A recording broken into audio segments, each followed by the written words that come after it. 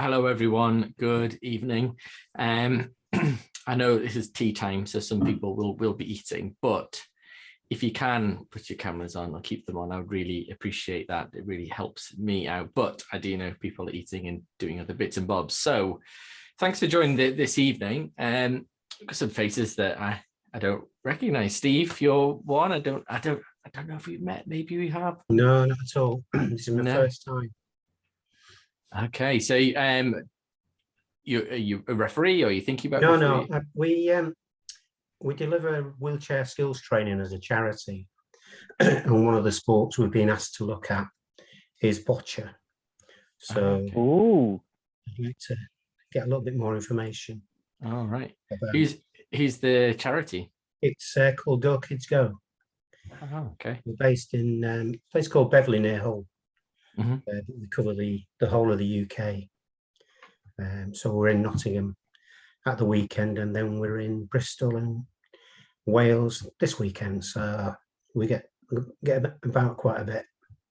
All right, good stuff. Well, nice to see you, Graham. I don't think I recognise you. Hello, Scottish Disability Sport, flying the flag by the looks of things. Yeah, trying to anyway. Yeah, my name's Graham Doig. I work for Scottish Disability Sport. I'm the Tayside Regional Development Manager. But I'm here because I coach Boccia. I'm a level 1 Boccia referee as well, and I run a Boccia club. So, well, there you go. So, was it Darren did your course up north? Yes, it was. Yeah. Very good. Very good. Nicola again. I'm not sure if I recognise you. Hello, Nicola. He's on mute. Sorry, yeah, I'll unmute myself. Sorry about that. I know Graham from up north Scotland. My son plays Boccia, so because he goes about playing, I decided to, I did the course with Darren to be level 1 referee. I'm busy going through to try to get my level 2. So, fantastic. Gain a bit more information. That's great. It's great. And it's great that you're going on to level 2 stuff. You know, yes, Darren does a lot of the tutoring up north of the border, but we very much, on all of these things, do them collaboratively, so which is really great. Even you can tell from the first slide with all of our logos proudly on the bottom, because this is for the whole of the UK, really. So the plan for tonight, and let me just check, here we go. The plan for tonight really is to, introduce myself. And it's funny because normally there's quite a few people that I recognize. So I felt like, should I put this in or should I not put this in? But also there are people here that are new or haven't come across before. But I thought this is a slightly different topic to the kind of things that we've covered in the past when it comes to refereeing. So I wanted to introduce maybe a different side to me if we worked only in the refereeing world before, to kind of have that slightly broader aspect around disability specifically. We're going to touch on the disability landscape. So what does disability look like when it comes to facts and figures? Sorry, Scotland, the facts and figures are based on England. Apologies. But we'll look at Boccia landscape, which is really going to be a brief synopsis of classification, so we can have an understanding of those who can play Boccia. And then we're going to start to look at some of the different characteristics that we might find with different impairments before coming together with our list of top tips. Now, for some of you, this is going to be second nature to you because you work in the area, or maybe you have a family relative, or Raf, you have a disability. Said that to everyone in case if people didn't know, you said that earlier. But I think what's really interesting is we tend to know what we know, don't we? And our reference point becomes our own reference point. And I guess one of the ideas here is, despite all of our personal knowledge and expertise that we might have, there's always more to learn. There's always things that we can do to adapt the way that we referee in this instance, but the way we interact and communicate with people with all sorts of different types of disabilities. So that's kind of the plan for tonight. It'll be a real chance to chip in, ask questions as we go through. But like I say, ultimately, what we want to do is kind of by the end of tonight, create a list really of top tips that we can kind of take away and put into our refereeing. So who am I? Well, I'm Richard Evans. I'm an international referee. So that, I guess that's the first bit. That's the refereeing part of this course. I've been an international referee for a long time, since I think 2005, maybe 2005, something like that. But I've been refereeing since I was a kid, and I've been involved in boccia pretty much all my life through my dad, really, and the background there. So my whole career has been working in disability. So it's not just that boccia is something that I do at the weekends. It is something that I do at weekends, but it is actually, my whole career has been working in disability, from working at CP Sport to Boccia England, where I was for best part of 10 years. I'm now at England Netball, but even before then I worked at Percy Headley Foundation, which is a big special school up in Newcastle. And so I'm hoping to bring a little bit of a wider background to it than just refereeing. I guess why I'm maybe taking this session, why I even suggested this session, when we were talking about what do we want to do. I'm a physio by trade. I'm still a registered physio. I'm an international classifier for power chair football and for IPC. I hadn't worked in the NHS, not a rehabilitative physiotherapist, but I spend a lot of time in my job at netball developing the game for different types of disability groups, because netball's not got a particular history in disability, and that's kind of what I'm there to do. But that doesn't mean that I'm an expert on all disabilities. And I know, because of the people that have just talked on the call already, you will have no doubt more specific and personal experience in a lot of the areas that we're going to be talking tonight. But despite all of that, I've got a picture here of Abby. Abby's, like a sister to me. We were a specialist respite care family growing up ever since I was a child. My brother's adopted. And we have done, as a family growing up, we were a specialist care family to give people with severe impairments, families, a break for the weekend or for a week. And we had all sorts of children and teenagers through our doors, some as one-offs and others like Abby here, who I've known since I was 7, was at my wedding. All of those kind of things is absolutely part of the extended family. So for those of you who know me as Richard the referee, that is true, but I'm hoping this evening we can talk a little bit more widely than that. And for those of you who don't know me at all, it's really great to get to know you, and please do pipe up with your questions. A lot of the stuff that we do is we have a presentation, but you can just stick your hand up or butt in with a question, or you can use the chat feature as well. And Natalie will keep an eye on the chat feature and then interrupt me if you've got any questions. So there we are. That's who I am. But what I wanted to do is start with a little quiz. So disability in England, again, sorry Nicola, sorry Graham, and possibly others who are on the call, but here we are. These were the facts and figures from the ONS, the Office for National Statistics. I think in Scotland you report them slightly differently. So question number 1, feel free to come off mute and give your best guess. Don't worry, we won't be marking it. But how many people in England fall under the definition of disability? How many people in England fall under the definition of disability? What do you think?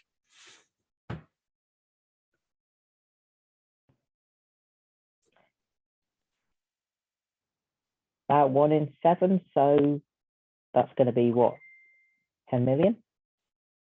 Well, about 1 in 7. So in England, there's about, is it 55 million people? I think something like that, around 50 million.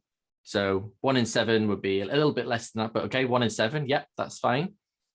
Thanks for I thought it was less than that, maybe 1 in 10, maybe. 1 in 10, Colin. Thank you. Okay. I'm going to guess 24%.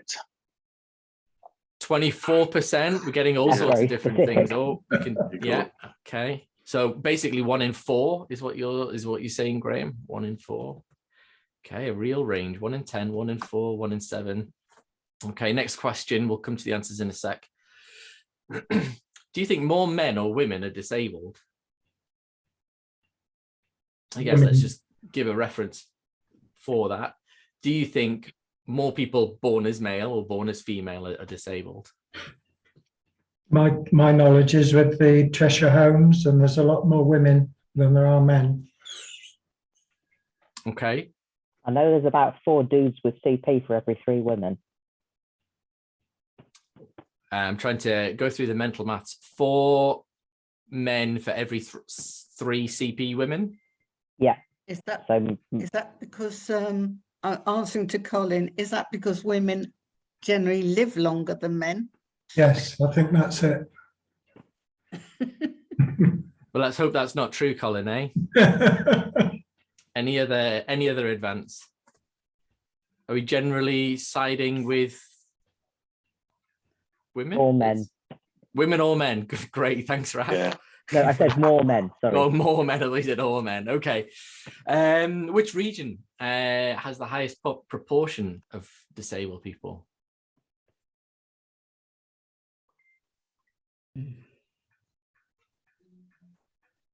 Northeast. Northeast. Excellent. Midlands.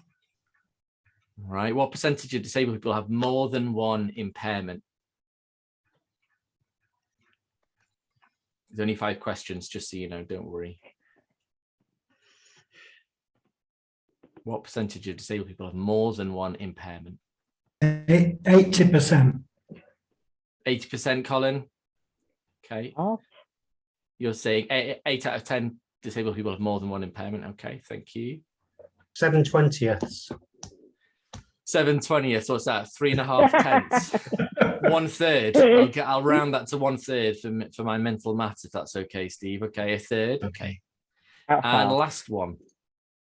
What do you think are the most common impairment types? Now, this grouping that's on here is how the government in Westminster group disability. So mobility, dexterity, hearing, visual, mental health. So mobility is much more around how we get about. Dexterity is that fine motor, that more about hand skills, and hearing, visual, mental health. What do we say? Who was that? I missed that, sorry. That was Jill. Jill, mental health, thank you.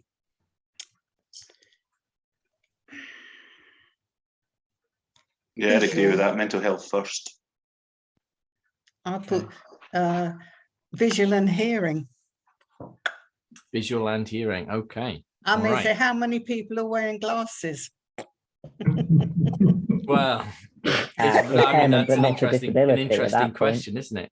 So I haven't got the definition of disability on here, but the definition of disability, Viv, and this is for north of the border as well, is that someone who's had a long-standing impairment. By that they mean more than 12 months. So a broken leg, for example, isn't a disability, and it must affect someone's daily life. So wearing glasses, I don't have a visual impairment. Me wearing glasses does not affect my daily life. So you might be wrong with that, is what I'm hinting at, Viv. So here we go. So 9.4 million people in England have a disability. This is based on the last census. We actually think this is much closer to 1 in 5, so 20%, so much more at that 10 million. I think someone might have even said 10 million. I can't remember who it was, but if you did, pat on the back. It's not quite as high as 25%, Graham, but it is heading in that direction. And certainly as I guess medicine advances, people are able to live longer and have, and so the numbers of people with disability isn't necessarily decreasing with modern medicine, which is an interesting way of thinking about modern medicine. 55.6% of disabled people are female, which I think is quite a big difference. You know, that's like nearly 12%. And when we think about Boccia, and we think about, I don't know if you know about some of the new rules when it comes to competition, Boccia historically, regardless of the new competition rules internationally, where we're prioritizing women and women's competition, Boccia for an awful long time has always had, as a mixed sport, a female quota system. It's always prioritized female players.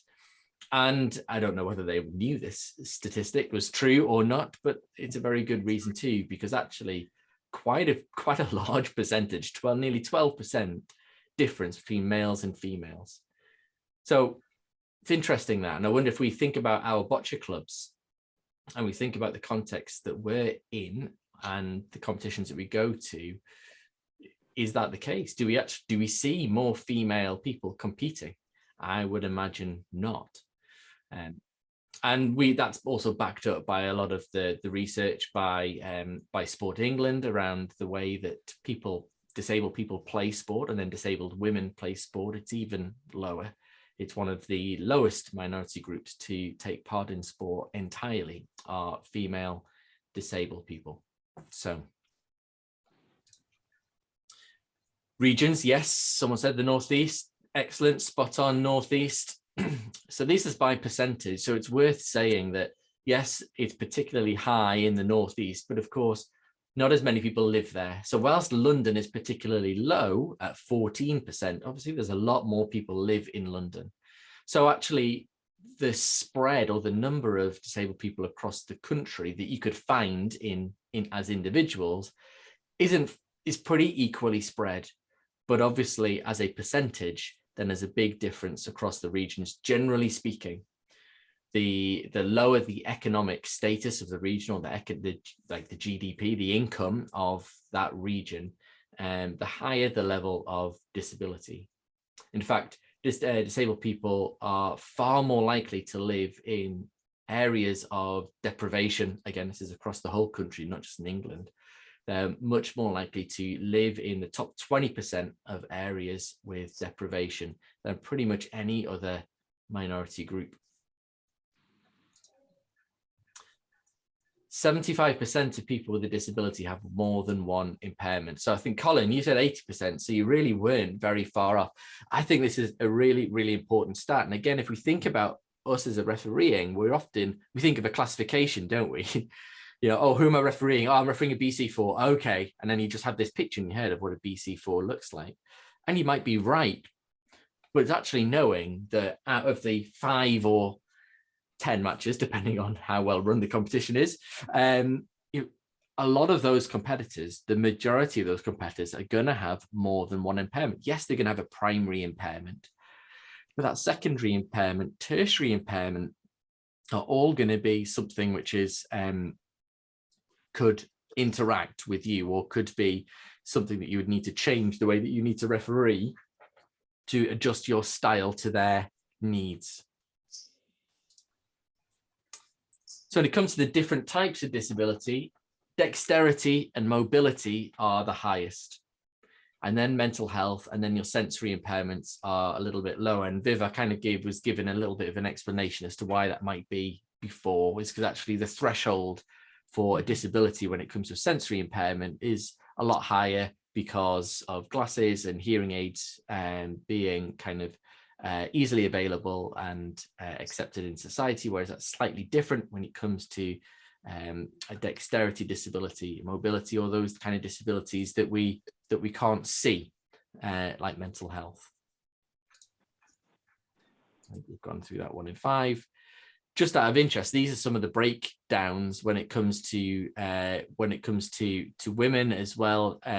That actually in a lot of the areas that men that we do with boccia. So when we're talking with learning disabilities, intellectual impairments, we're going to talk about autistic spectrum disorder a little bit later on.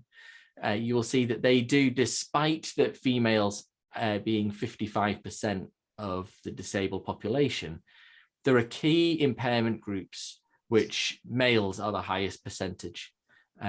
So for example, autistic spectrum disorder, learning disabilities about the same. But then when you get to things like mobility and dexterity and long-term pain, actually female athletes, female disabled people are the majority. And again, is that reflected in our clubs and in our competitions? And this is a really key one. I think this last one is 50% of disabled people state that they experience long-term pain. Now in Boccia, in the rules, we do have space in our rules for medical timeouts to recognize this, but often we think of those as very physical things that we can tangibly understand. But actually, you need to recognize that 50% of people have long-term pain. Now, a Boccia match, if you're refereeing a Boccia match at a regional competition, maybe with someone with a learning disability, then that match might last 20 minutes. Well, go to a BC3 match at a national competition or BC3 pairs, they could easily be lasting an hour and a half. A teams match, an hour and a half. Add in call room and some of the other things which, at the top end of competitions that you see, actually you are in charge as a referee, but also those players are, outside of their regular routine, out there to play sport for potentially a 2-hour period between breaks. And certainly when we get to knockout competitions, knockout stages of the competition, we have matches that are back to back to back, don't we? Okay, they might have a quick toilet break between them, and actually often they're not so quick, are they? And we moan a bit as referees because, come on, we need to get these matches on. Where have they gone? They've been in the toilet for 20 minutes. But actually, it's worth really taking into account that they have more than one, the majority have more than one disability, and 50% experience long-term pain. So there you go. There's kind of that little bit of an introduction, I guess, to disability in England. Those stats and things will be replicated very much in Scotland, in Wales, in Northern Ireland. It's not unique to England. So as a percentages, then you would imagine that you will see that across the borders as well. I mean, what do we think? You guys have personal experience, you've got years experience refereeing, you're working in this area. Like, did some of that stuff surprise you still? Or was it all old hat?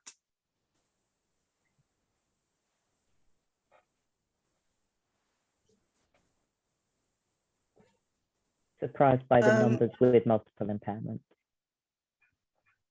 I think that when you come to introduce yourself and you're asking if there's anything we need to know, that's the time when we should get that information from the players as regards their specific needs. Yeah, and that's a really good question. It's one that I like to ask, is there anything else that I need to know? Was there anything else you can tell me?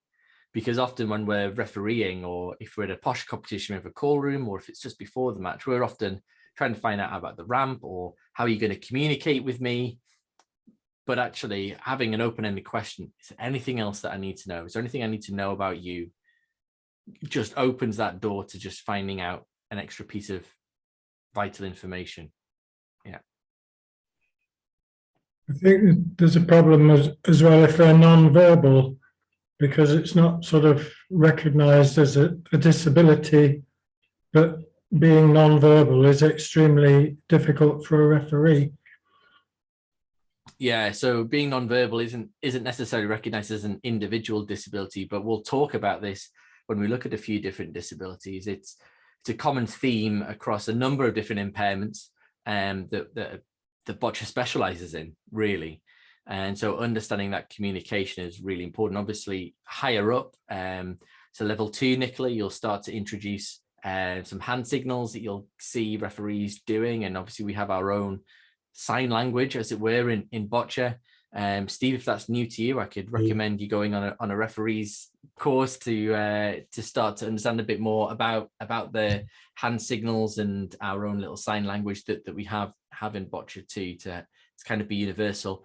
That's introduced not necessarily for people who are non-verbal, but also recognizing it's an international sport, and so not everyone speaks English. Okay. So what I'm going to just touch on now is run through some of the classifications. And again, this may be really familiar to some of you, but for some of you, it may well be brand new. As referees, we're not classifiers. but understanding a bit more about the different impairment groups is really important. And often, you know, we referee classifications and we think we have a good understanding, and we may well have a good understanding, but there's always nuances. Now we're going to talk about BC 1 to 5, which is the BISFED classifications, but we will talk about other classifications as well that we have south of the border, but also in other countries you have just named other things. So we'll talk about that too. But I think the first thing to be clear on for those of you who are new to classification and new to Boccia classification is that this was a way of trying to make competition fair, as it is in all parasports. And, you know, we see this in non-disabled sports. In boxing, we've got different weight categories, same in weightlifting too. Even in mainstream sports that, you know, tennis has a female, you know, the women's WTA, and there's a separation between the sexes when it comes to sports as well. That is a form of classification. Now in parasport, that can get particularly complex, and we're only going to touch on that lightly today. But really, one of the things to get across is that when we're talking about the Boccia classes, they're not done in order of disability. So if you're new to classification, they run from Boccia class 1 through to Boccia class 5 internationally, and then there are 3 other domestic classifications as well. So Boccia class 1 isn't someone who has the highest level of disability, and Boccia class 5 is the least. It's that they're done in chronological order. So we do start with Boccia class 1, and these are throwers, and they will have a disability which is cerebral in origin. Doesn't necessarily mean it's cerebral palsy, but it's most likely to be cerebral palsy. And it's going to affect them in all 4 limbs. They're going to have a poor grip and release. They're not going to have the strength to propel the balls with their own feet and hands from picking the ball up and being able to go from preparing the shot all the way through to delivering the shot. That's why they have an assistant. And they'll have difficulty potentially changing their chair position. And you can just see in the background there is the sports assistant for David Smith there, who will round the balls and manipulate them. That dexterity, that fine motor skills is something that's often missing or difficult. So Boccia class 1 is a throwing classification. Now for us, what do we look at as referees? You could just come off mute and let me know. When you have a Boccia class 1, what are the kind of things that you look for as a referee?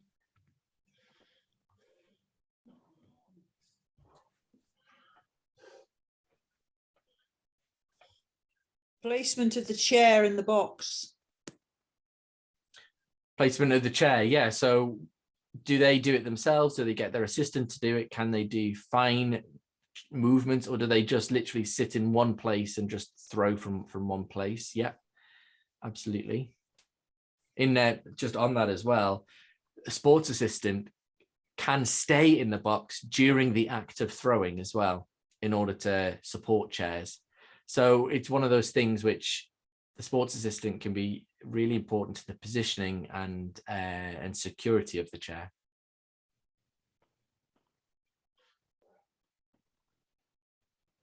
What are we more likely to get dropped balls?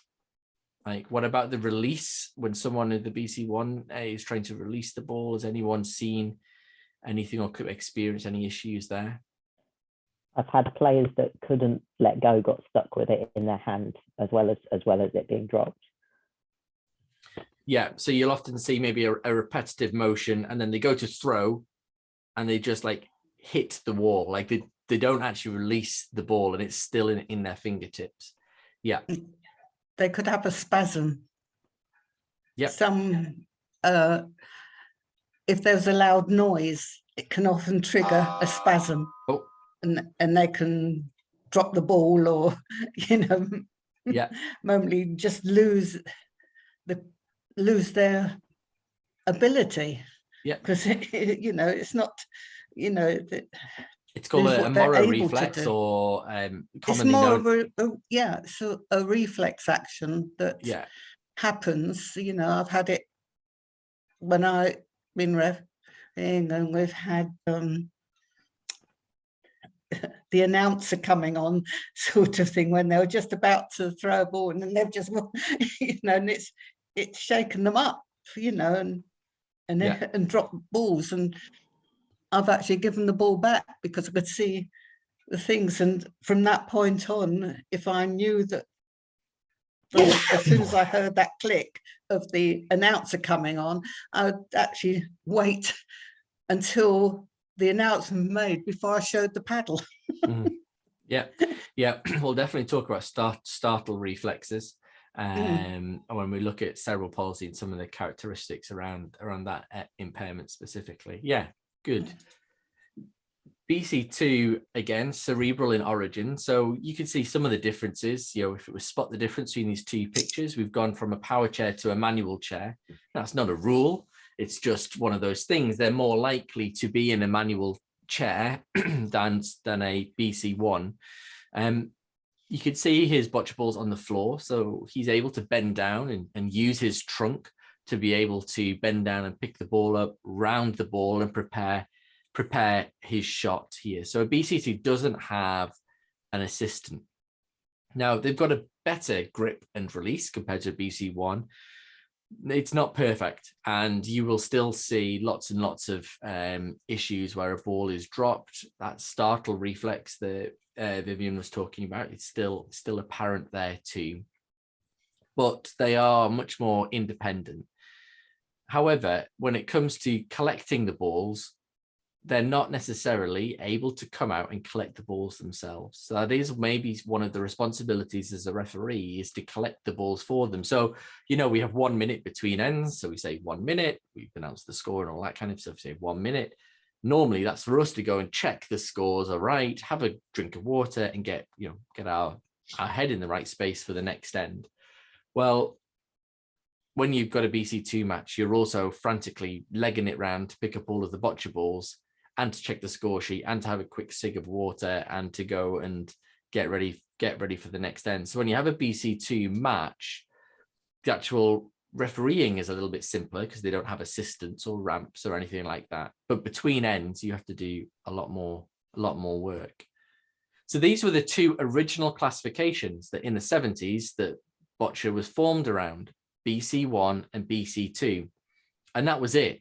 That's all it was. It was people with cerebral palsy who could throw the ball. And then someone turned around and said, "Hey, look, I've got cerebral palsy, but I can't throw the ball. I've got a ramp. Can I use a ramp?" And the answer is, well, yeah. But they became BC3, and that's why it's in chronological order rather than in disability order. These can be people with severe locomotor dysfunction in all 4 limbs. It's not a choice to use a ramp. It's not a choice. It's something which is their only option in order to play the ball. It's not for people with CP. It could be any disability, despite what the graphic says there on the left. Ignore that. That's an error. But any people with any disability can be a BC3. But like I say, it's not a choice. If they can throw and they can kick, then they must throw or they must kick. Now, they're supported by a ramp operator who is there basically to be a robot. You know, again, if you've been on the courses, and they may well have had it described, if you've been on any of my courses, that's what we call them, boccia robots. They're not there to show any initiative whatsoever, only to do what they're told. Now, as a referee, that can be hard to tell the difference, and some ramp operators are very experienced and have built up almost, telekinetic relationships with their player. But in theory, they shouldn't be doing anything unless they've been told to do it. Any questions around BC3s? I mean, there's often many questions, but have you got any questions at this point around BC3s? Specifically, BC3 is can't get the ball as far as the cross. Is that still correct, or is that distance changed again? So somebody who can throw it, but it only goes a tiny way, would still be eligible to play as a ramp player. Yes, yes. So they have to be able to propel the ball consistently into court, and that both means length, as in got to be able to get it into court, but also line. So if you just kind of, a shotgun approach where you're able to get the power, but it goes left, right, and all over, you've got no control over the line, then that would also potentially mean. But also you got to consider kicking, and now kicking we don't historically do over here, but actually in a lot more of the Spanish-speaking countries and Portuguese-speaking countries, they have a rich heritage in kickers, and even to being gold medalists. Like, it's not necessarily a disadvantage. And if that is the case, then you are a BC1, even if you can't physically throw. We've got a new foot BC4 down south. I don't know if you knew. Oh, right. Fantastic. There you go. Pretty Exciting. cool. Hope he shows back up at these competitions. Yeah. But as a referee, what are you thinking about when you get assigned a BC3 match? Like, what are you thinking when it comes to not just the rules, but how the rules and people's different disabilities interact with you as a referee?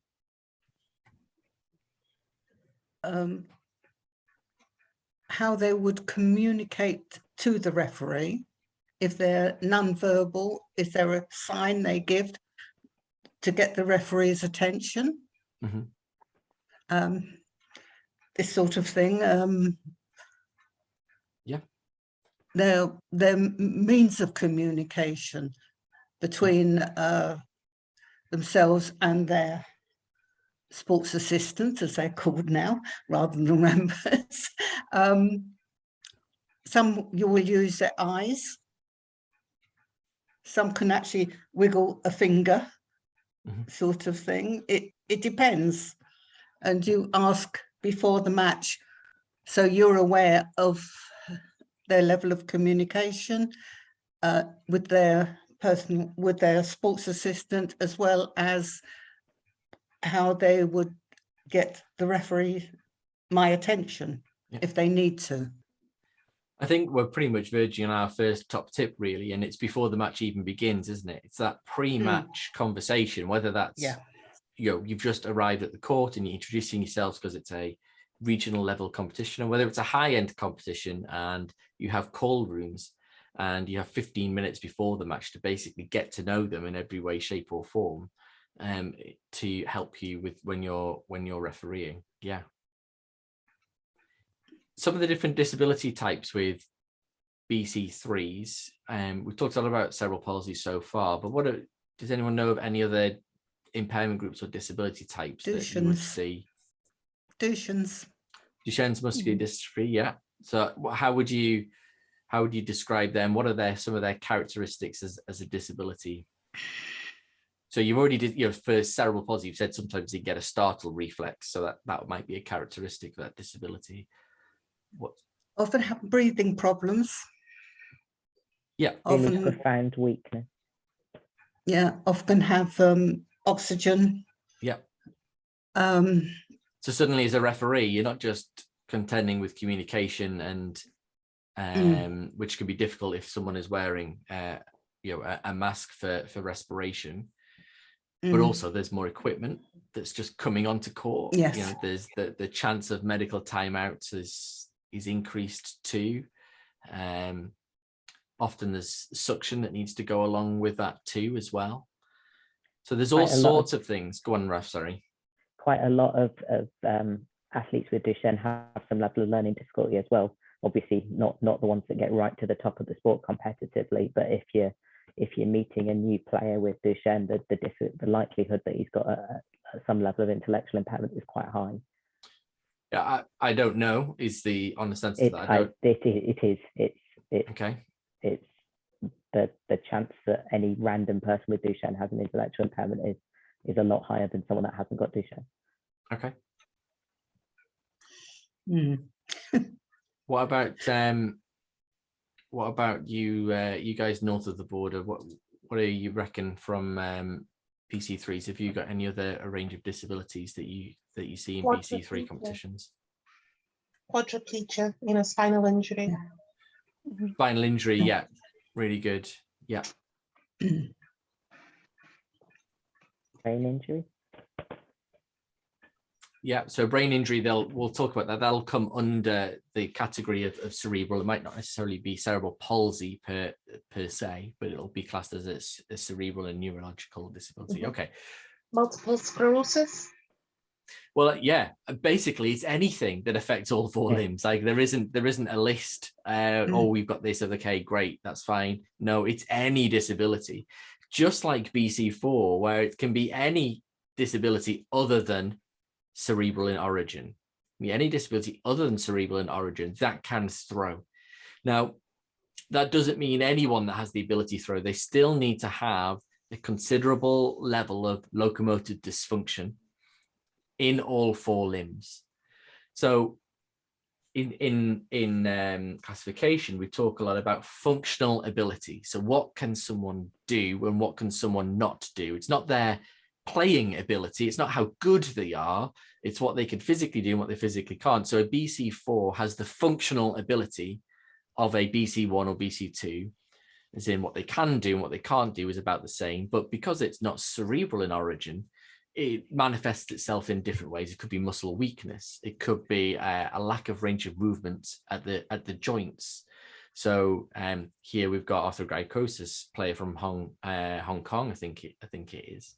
So he has a really limited range of movement in his throwing arms. But these are people that still, they don't have sports assistants to help them. They need to be in control of their own chair. So again, as a referee, we're thinking between ends, we need to be picking the balls up for them. If they don't have a coach to do that, that's sitting on the end of the court. We need to be, as a referee, active throughout the game, not just during an end. Now, I'll just touch on a few of the other classifications that we have less players. They are the majority. The BC 1 to 4s are what are in the Paralympic Games. They're the ones that are in our competitions, both in England, Scotland, and in Wales.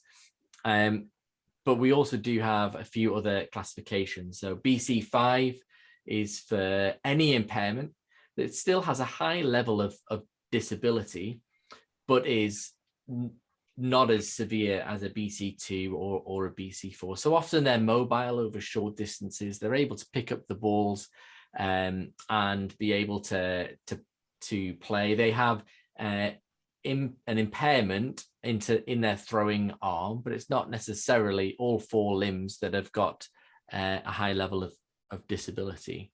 Now, BC5, we're hoping to come on stream internationally over the next couple of years, but this is an official classification, which you can read about in the BizFed rules.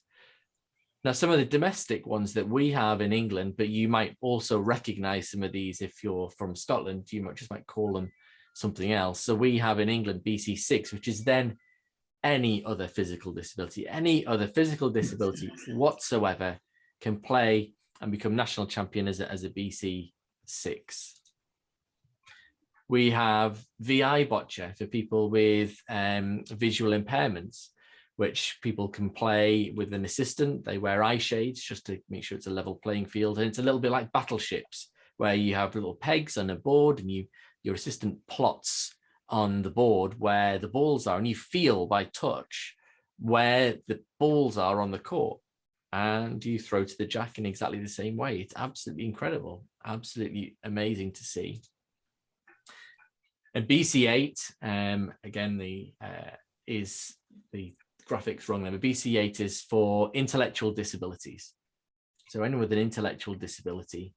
And notice of saying intellectual disability is not just learning disability, and there is a slight difference between those two. So the Boccia impairments can be kind of looked at like this.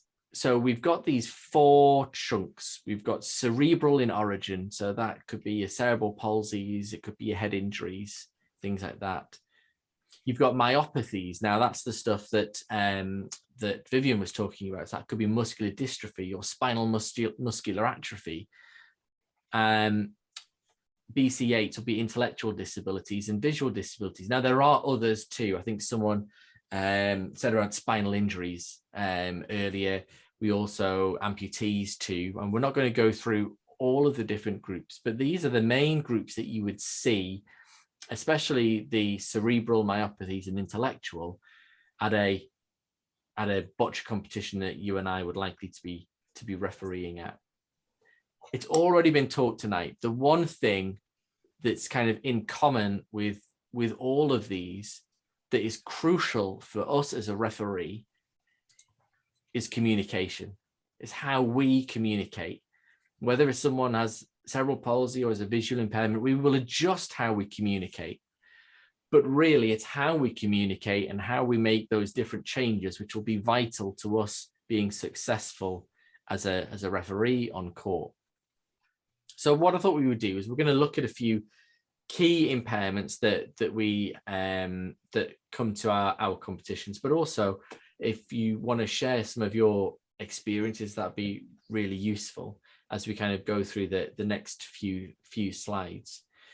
But the first three we're going to group together in that intellectual impairment, and the reason I'm doing that is because there's a lot of people that play boccia in the community that aren't necessarily entering your boccia competitions at the highest level, but we have an awful lot of people with a range of intellectual disabilities. Does anyone know the difference between an intellectual disability and a learning disability?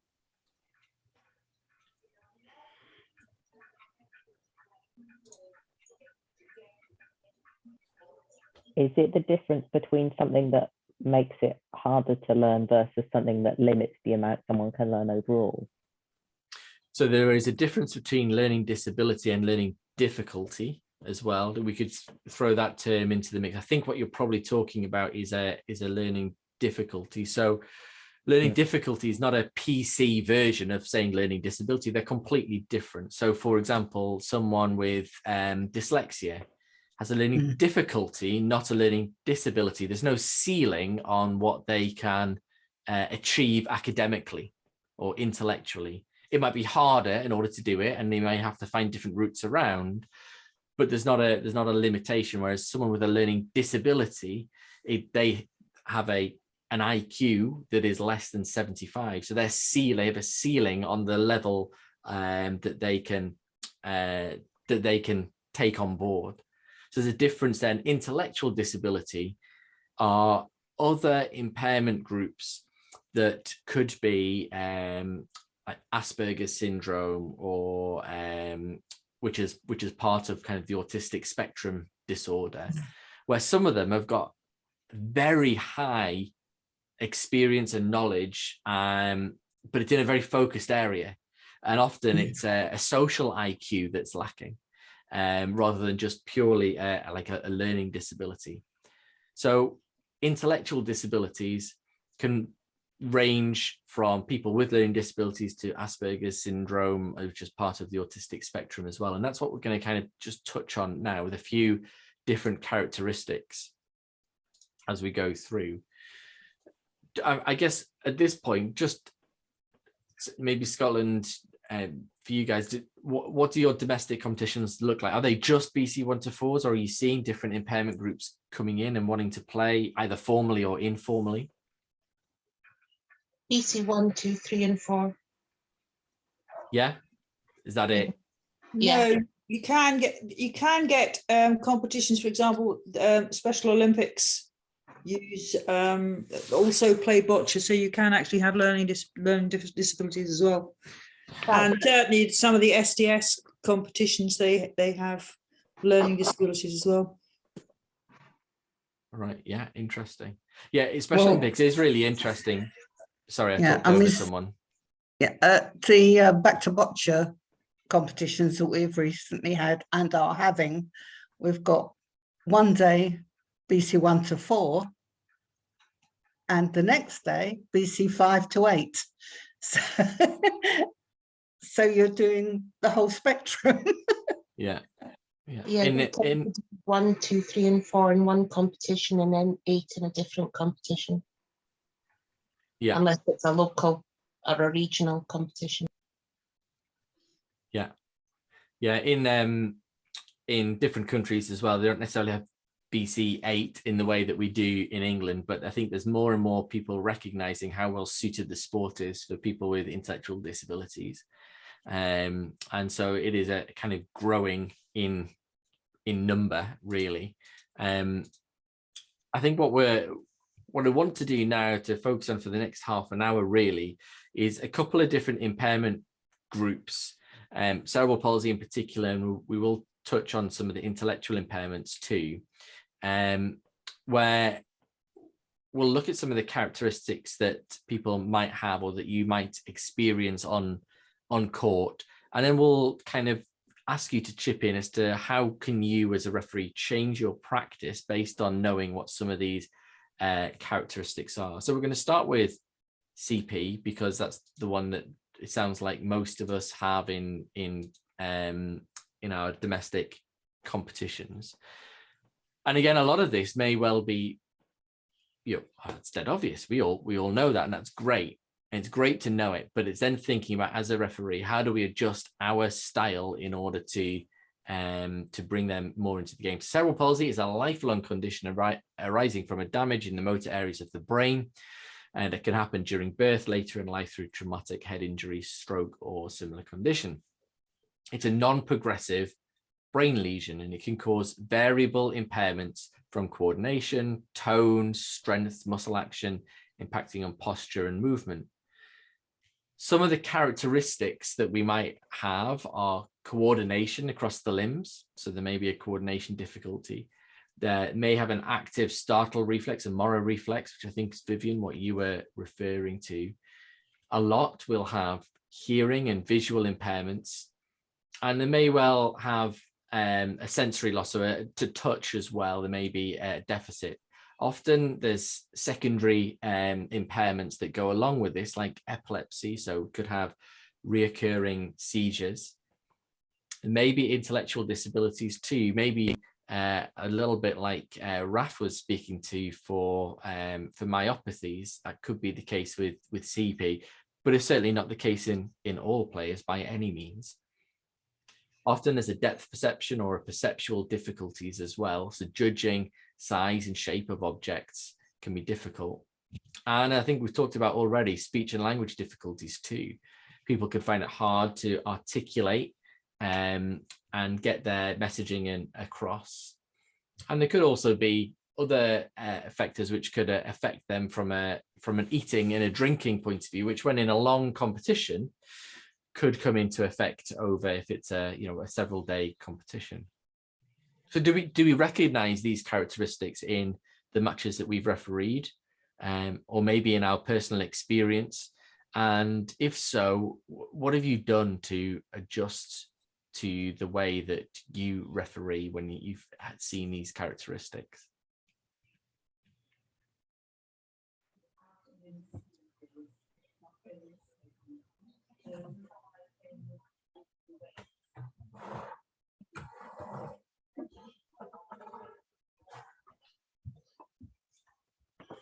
Positioning to facilitate lip reading.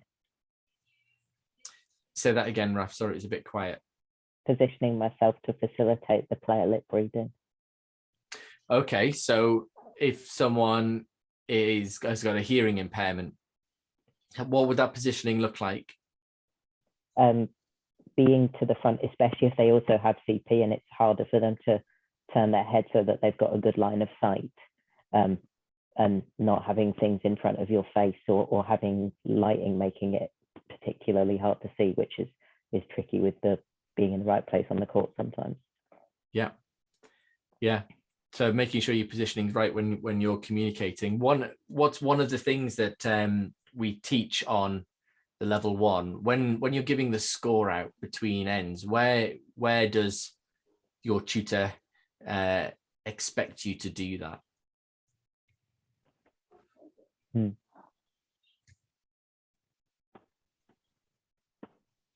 Come on, Colin.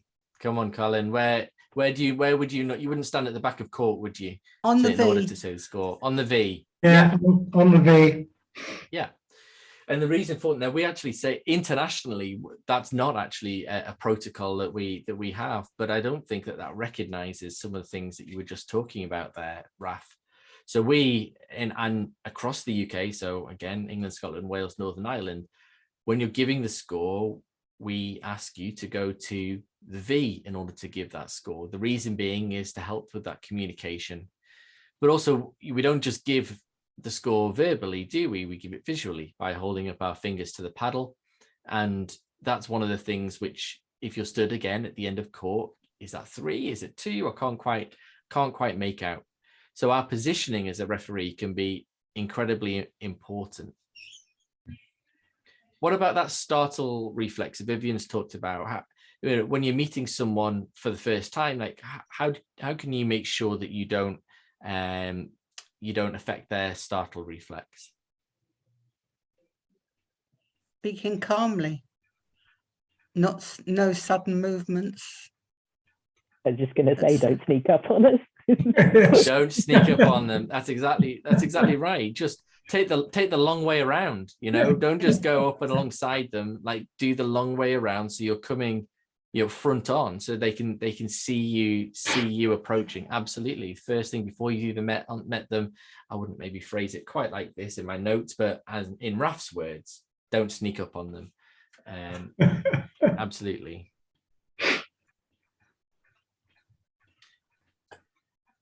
Okay, thing about being aware of loud noises causing problems, and the fact that sometimes the loud noises are coming from other players, can be an interesting one to manage as a referee, especially if it starts seeming like somebody may be inducing their opponent to startle deliberately, which I'm certain I've seen. Yeah, that would come under unsportsmanlike behaviour. Yeah, if they're doing it consistently, you could warn the other player, yeah, you know, not to, you know, sort of, they are meant to be quite quiet when their opponent is playing, and you have to remind them of that. Yeah, I think as well, the you will find some players will be heavily strapped down. You'll make sure that maybe it's their throwing arm that's available, or if they're a ramp player, maybe they don't, you know, they've got heavily strapped down, because one of the characteristics could be, as it talks about there, is their tone or strength or their spasticity, the level of tone that goes through their muscles. And sometimes that can mean movements, sudden movements can be quite erratic or quite strong as well. So there may be different levels of strapping, but some people, that strapping might come loose and needs to be redone. Well, if you're BC2s, or then you're not going to have a sports assistant in order to do that for you. So there's a few things to consider as well in call room or beforehand, is around not just how they communicate, but how they present to you in their chair, and how they, if they have any special requirements around strapping in particular. It's not that we suddenly become their coach or anything, and it happens just incredibly rarely, but it is worth knowing it and just seeing, especially if they're a new player to you, you've not refereed them before, just why do they have it and how is it used? Are they allowed to ask for a timeout to get help with sorting out strapping and things like that if you've got a player that doesn't have an assistant? Is that a thing that can happen? Well, as I say, Raf, on all of these things, they can ask for anything. So they can ask for a timeout, but that doesn't mean that they're going to get it. It does depend on whether really it's like a medical emergency. So it could be, you know, if a player asks to go to the loo, then that's not really a medical emergency. However, you know, if they're absolutely bursting for the toilet, then it kind of is one of those situations where you would want them to go, because it's going to delay the game far more if they're not able to go to the loo and end up having to soil the court. And it's a bit like that when it comes to strapping. In the first instance, my answer would be, well, no, that's part of the preparation. However, if someone is now not able to play or is unsafe potentially to the opponent, maybe because of that tone that they have in their arms, it could end up clipping the person behind, or it means that they can't manipulate their wheelchair for the new get out of the way rule, where people have to move away back out of the way of their opponent, then actually that might be something where you could call a medical timeout to get that. And that might be the quickest option.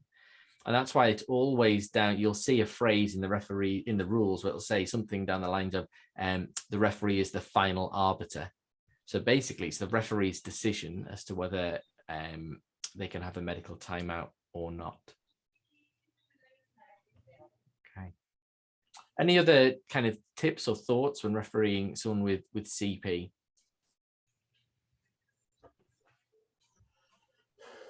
Muted, Jill.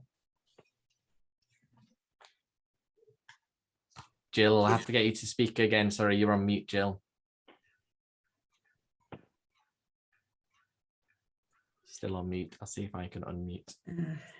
It's also going back to asking pre-match Yeah, what at their needs pre-match, I are. was told that the person may have to leave because if she was going to have a fit, because it was very hot in the room. And at one stage, she asked, or the assistant asked, if she could leave the court and go outside to have a fit. I said yes, but then the opposition player decided that he wanted to go outside to have a fit as well, when he wasn't known to have fits. But they both came back within 5 minutes, laughing their heads off. So one did have a fit, the other was just being awkward, I think.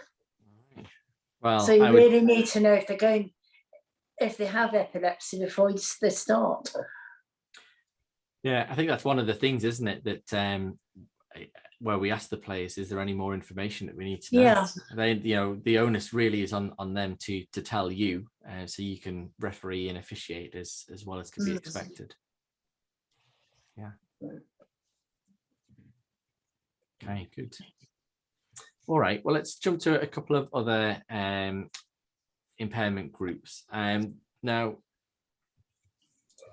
these ones are, I kind of group them together. I'll go over all three pretty quickly because they're in the intellectual disability realm.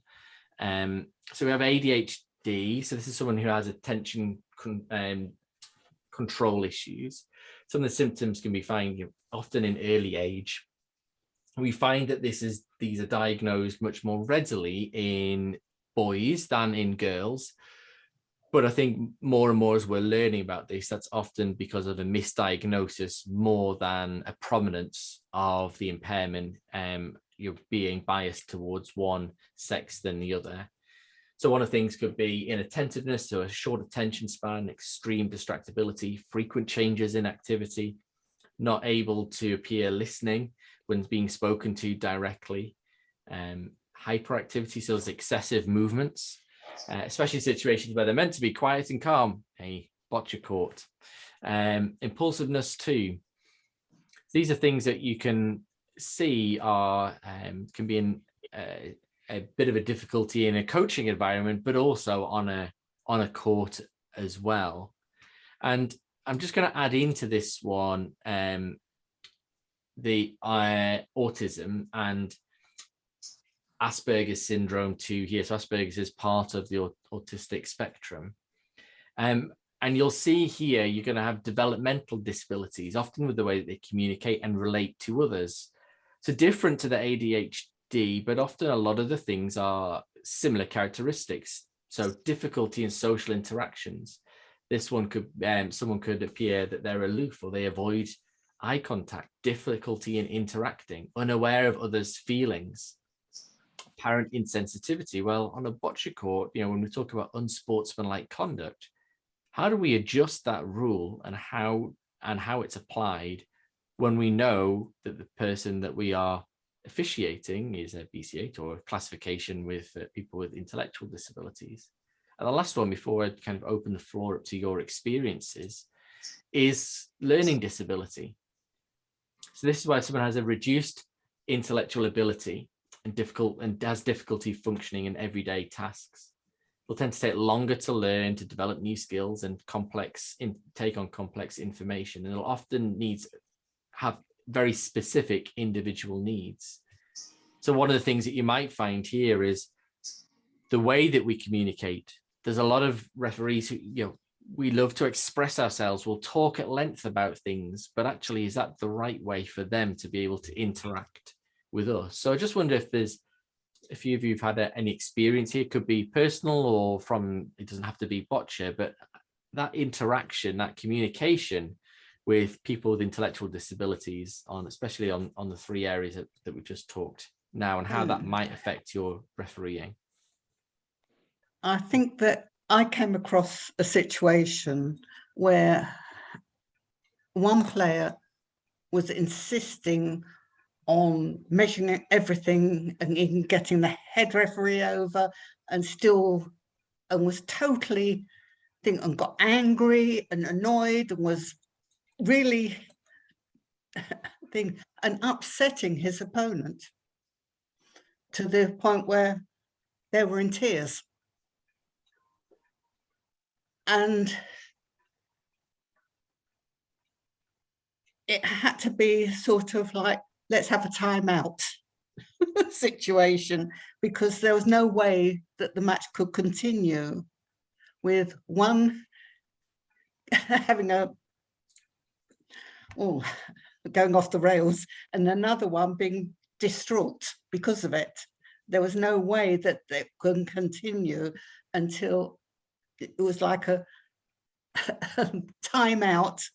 Yeah, let's calm down situation, see how you felt, and that, and try and get them back together calmly. Yeah. Sort of trying to, sort of, sometimes they actually have someone with them, an assistant, almost like a BC2. They've got someone there to help, and you can get those to come and help the situation. Unfortunately, if the situation does carry on like that, what you do? It's either a question of abandoning the match and seeing if we can reconvene it at another time. I don't know. What would you do? Well, in those situations, I think you have to, the most likely to be someone on the autistic spectrum that's looking for that very precise piece of information. In any situation, the first thing I would do with that is put my hand up and get the head referee. Yeah, head referee. Because ultimately they have the authority over the whole competition. And if there is going to be something which does mean there's going to be a delay in competition or a delay in the match, then they would absolutely need to be aware of it too. But also, if there's a point at which in the rules it talks about accepting the referee's decision, and if someone doesn't accept the referee's decision, then there are consequences to that too. And I think that's where having like a strong you're letting people know what the next stage is in our communication. So if you continue to not accept this decision, which I have made and brought the head referee over for, it will be a yellow card. So it's not just going for the yellow card at that point, it's letting them know, communicating to them what the next stage is. Okay, if you disagree with this, the next stage will be to get the head referee. Do you want that? Yes or no? And so you're trying to, rather than having all communication open, and you're trying to channel their emotion, their communication into very simple yes and no answers that can allow you to make them make black and white decisions in order for you to progress the match. But that's me sat here without that situation happening and knowing what the pressures might feel like. But that's what I would try and do, is take the conversation down to a yes or no conversation, which you're in charge with leading questions in order to progress the match. That's really useful. Jill, you had your hand up.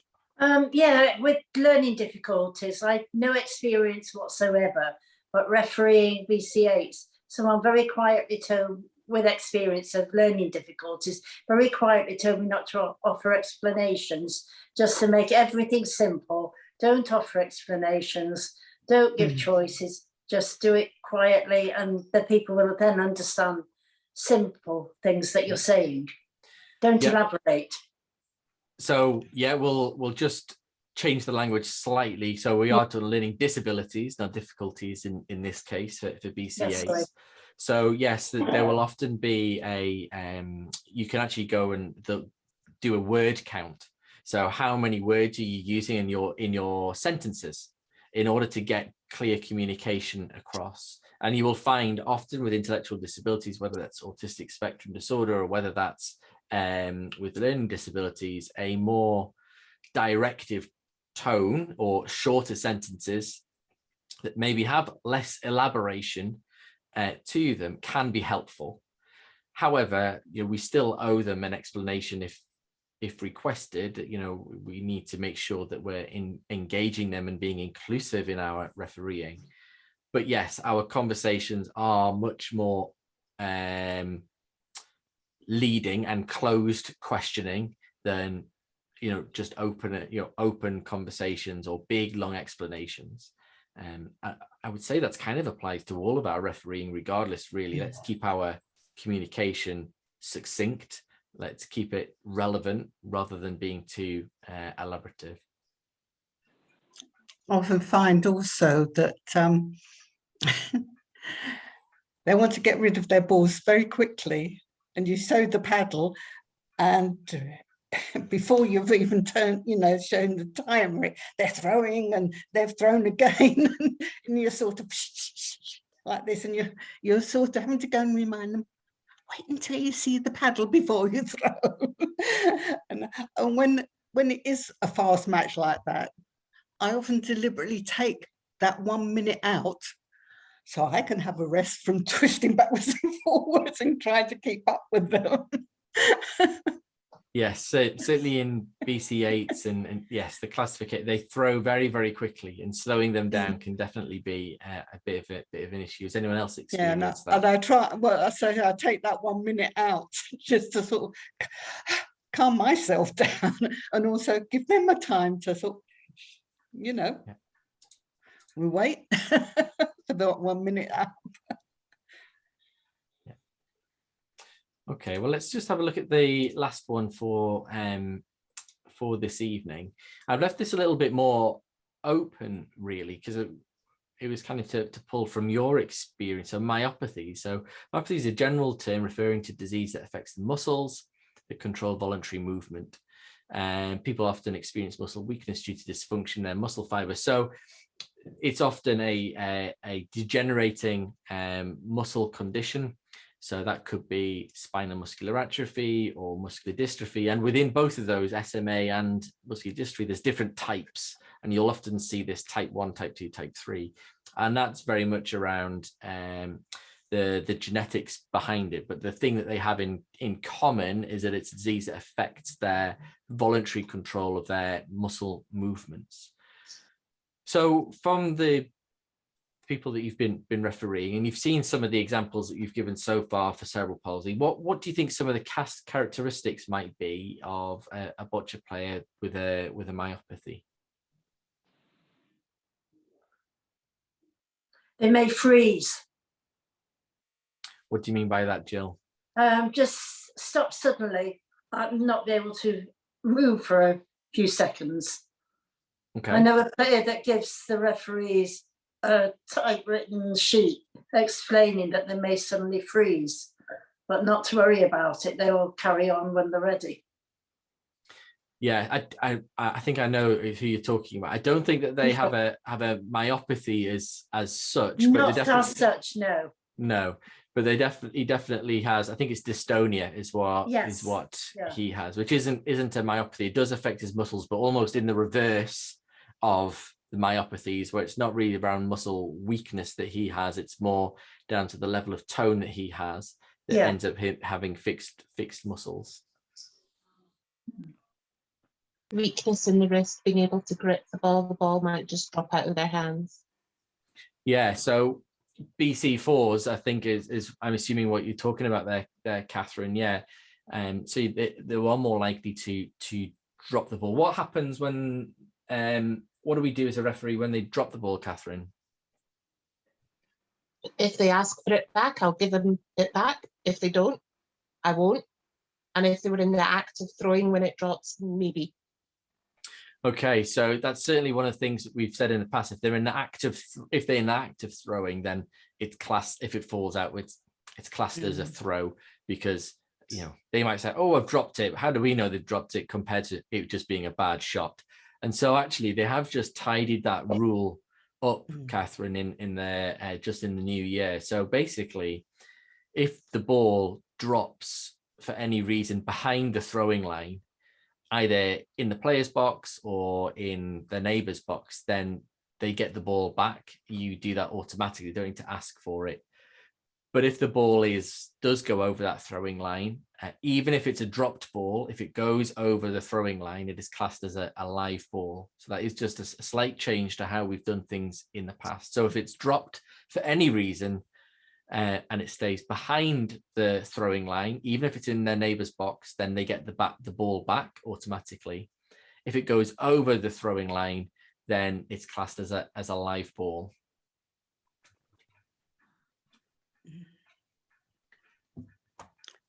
The only thing sorry. The only thing I'd ask about that, I had a player that was actually in the things of throwing, but went too far and it actually went behind and out of the court behind. What happens then? Yeah, well, I think in that situation, it's probably not necessarily a characteristic of myopathies, but I will answer your question anyway. So it's left the field of play, so it's gone off court. So I would make that a dead ball. Right. Okay. So we said a little bit earlier about respiration. That could be a difference. They may have extra breathing apparatus. Raf, were you about to say something?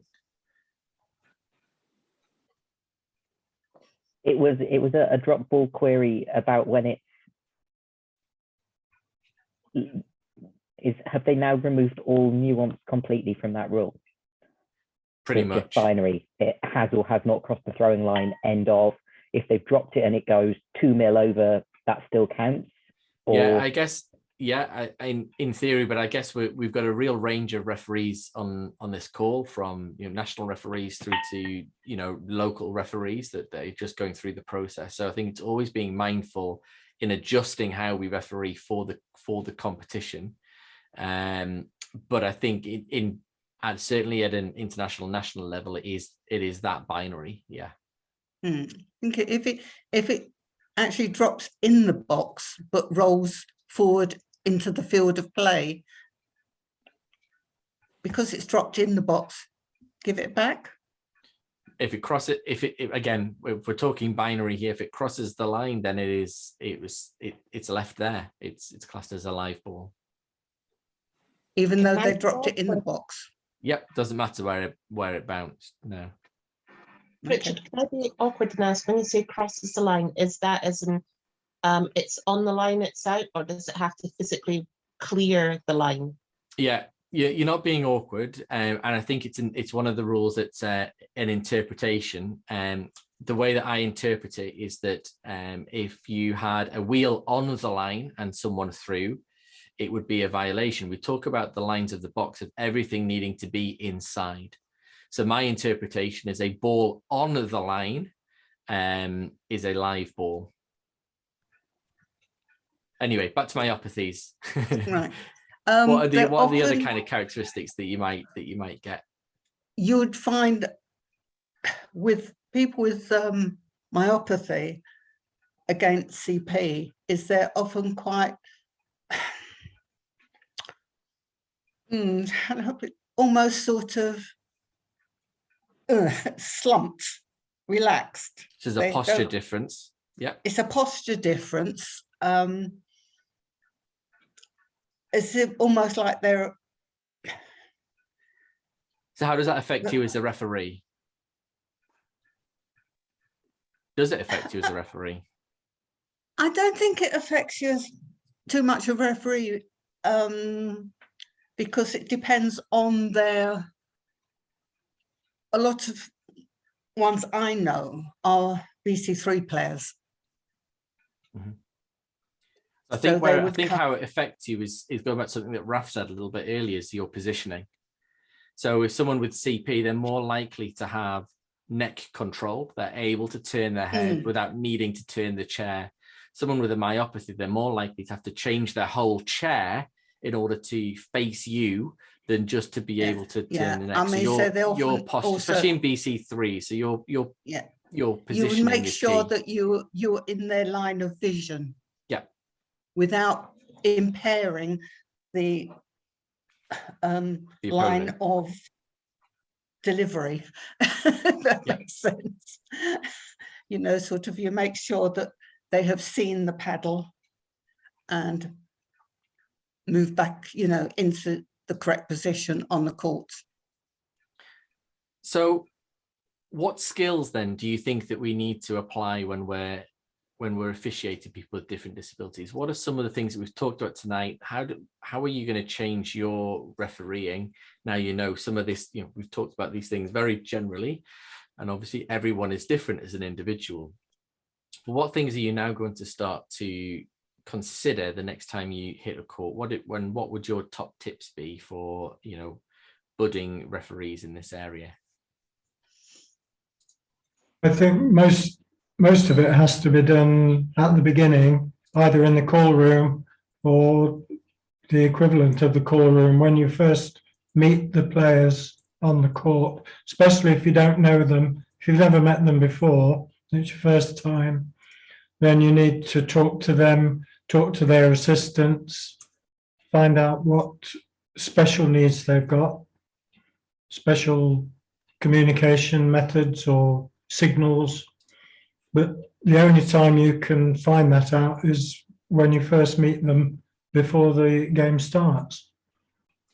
Yep, and that might not be a call room. Like I say, for those of you who are relatively new or haven't experienced a call room's just like, you know, if you're watching Graham Norton, it's the green room. Before they come out, it's the green room, except, you know, we're the Graham Nortons, we're the hosts. So we go in and get to meet them and interview them and talk to them before we head out onto court.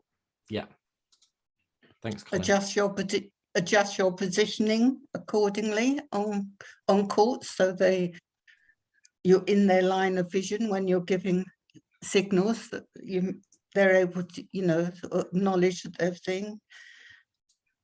Yeah. Maybe building on that to check if there's anything particular that they need from that. Something I learned from just refereeing at the Challenger last week is that I had a player who I'm pretty sure I've refereed before, but I had no idea that player could not turn their neck to look at me. So when I was positioning myself at the edge of the V to start the jack, the player could not see that I was showing them the bat. So I'm going forward, I'm going to be more careful to actually ask them, give them a chance to say it. Yeah. Good. Maybe if it's like a day's competition, you can go and watch the athletes you're going to be refereeing in another match, so you can see their characteristics and how they play in other matches as well. Yeah, I don't know how from the conversations we had before, Caroline, are you north of the border? I am indeed, yes. So I don't know how to run the competitions up in Scotland, but that sounds amazing. Like, if we've got time to go and watch, go and scout our next match, that sounds pretty amazing to me. I was going to say, it doesn't actually happen that often, but if it does happen, then, you know, it is quite a useful tool. I mean, I know that Rafi and I were both up in Largs, was it last week? And I was lucky enough to be able to go and watch others, which was great for me coming back into refereeing after 2 years of being off because of COVID and suddenly catching up with everything. But it is a very useful tool to see how not only the athletes but how the other referees are refereeing such situations. Yeah, and I think what's interesting about that is observation either before the match, great, but any observations that you have during the match, you can tell your head referee, and your head referee may be able to pass on that piece of information, especially if it is a multi-day competition and you have head referee briefings. If you've ever been to, again, posh competitions, I know, but where you have a head referee briefing and it's over a multi-day, the head referee will use the second day's briefing in order to update people on any individual needs or any specific circumstances ahead of the competition or ahead of that day's play. So if you do find anything out about anything specific or helpful, do tell your head referee, and they could certainly pass that on either to the next referee or in the next day of competition. Just one little point that at Sheffield, one of my BC3s had a visual impairment as well, and they asked if I would stand behind the jack when she was throwing. I said yes, but it was a big problem for me because, first of all, I was in the wrong position if I needed to stop a ball because I was behind the jack. And the other problem for me was not kicking any of the other balls around when I was standing in the middle of the head. Yeah.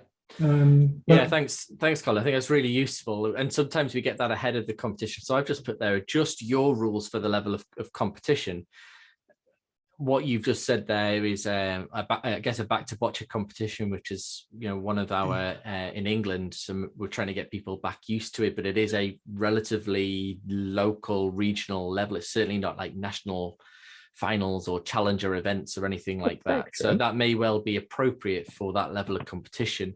And do bear that in mind, that you can adjust how you referee and how you and the rules based on the level and the needs of the competition, but always do that in conversation with the head referee. I think you were at the back to boccia, Richard, where you actually said about that player. Yep. And you actually said you can stand behind it, show where the jack is, yeah, and then move accordingly to be in a position to intercept any foul ball being played. So you do it and then get back into position. yeah.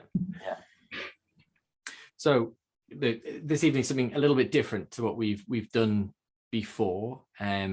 Hope it's been useful to look and to think about these things, because we often get very much into the rules and regulations, don't we, as referees, the formalities of refereeing. But I think it is the best referees will not just be considering the rules and regulations. They really are refereeing the player. They're refereeing the individuals that are there within the rules and regulations.